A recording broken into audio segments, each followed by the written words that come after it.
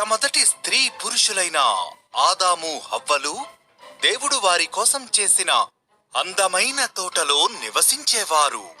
కాని సాతాను జిత్తుల మారి పాములా వచ్చి ఆదాము హవ్వలను శోధించాడు.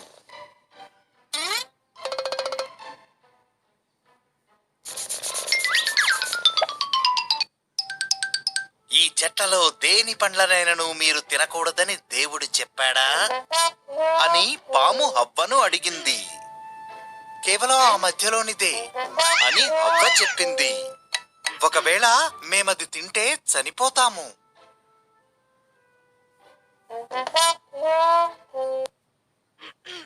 మీరు చావరు అని పాము చెప్పింది. మీరు ఆ చెట్టు పండ్లను తినొద్దని దేవుడు చెప్పడానికి ఒక కారణముంది. ఒకవేళ తింటే మీరు ఆయనలాగా అవుతారు. ఆయనకేమి తెలుసో అది మీకు తెలుస్తుంది.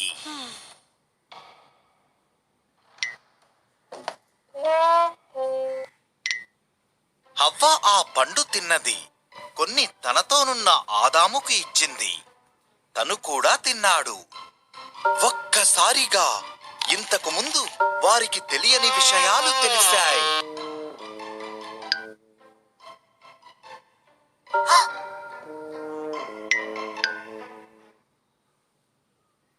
తాము బట్టలు లేకుండా నగ్నంగా ఉన్నారన్న విషయం వారికి అర్థమైంది. తమను కప్పుకోవడానికి ఆకులను కుట్టుకున్నారు. ఇంతకు ముందెప్పుడు వారికి భయం, సిగ్గు తెలియవు. ఏదో తప్పు జరిగిందని వారికి అర్థమైంది.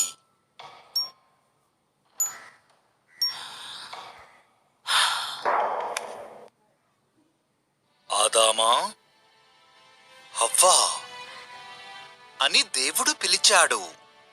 మేము దాక్కున్నాము, మేము నగ్నంగా ఉన్నాము అన్నాడు ఆదాము. ఆ చెట్టు పండ్లను తిన్నారు కనుకనే ఇది మీకు తెలిసింది అని దేవుడు నిట్టూర్చాడు. తరువాత ఆదాము హవ్వను నిందిస్తే హవ్వ పామును నిందించింది.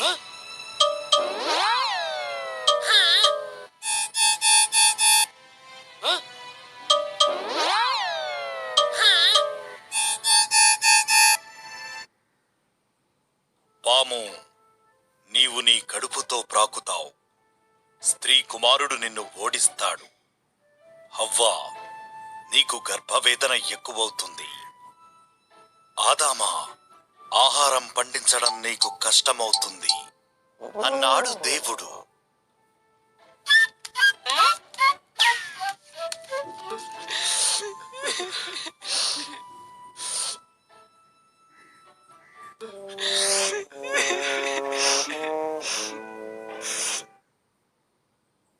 ఆదాము హవ్వలకు దేవుడు చర్మపు బట్టలు తయారు చేసి ఇచ్చాడు. వారిని ఆ తోట నుండి బయటకు పంపాడు. వారు తిరిగి తోటలోకి వెళ్లకుండా ఆయన ఒక దేవదూతను మండుచున్న ఖడ్గంతో నిలబెట్టాడు.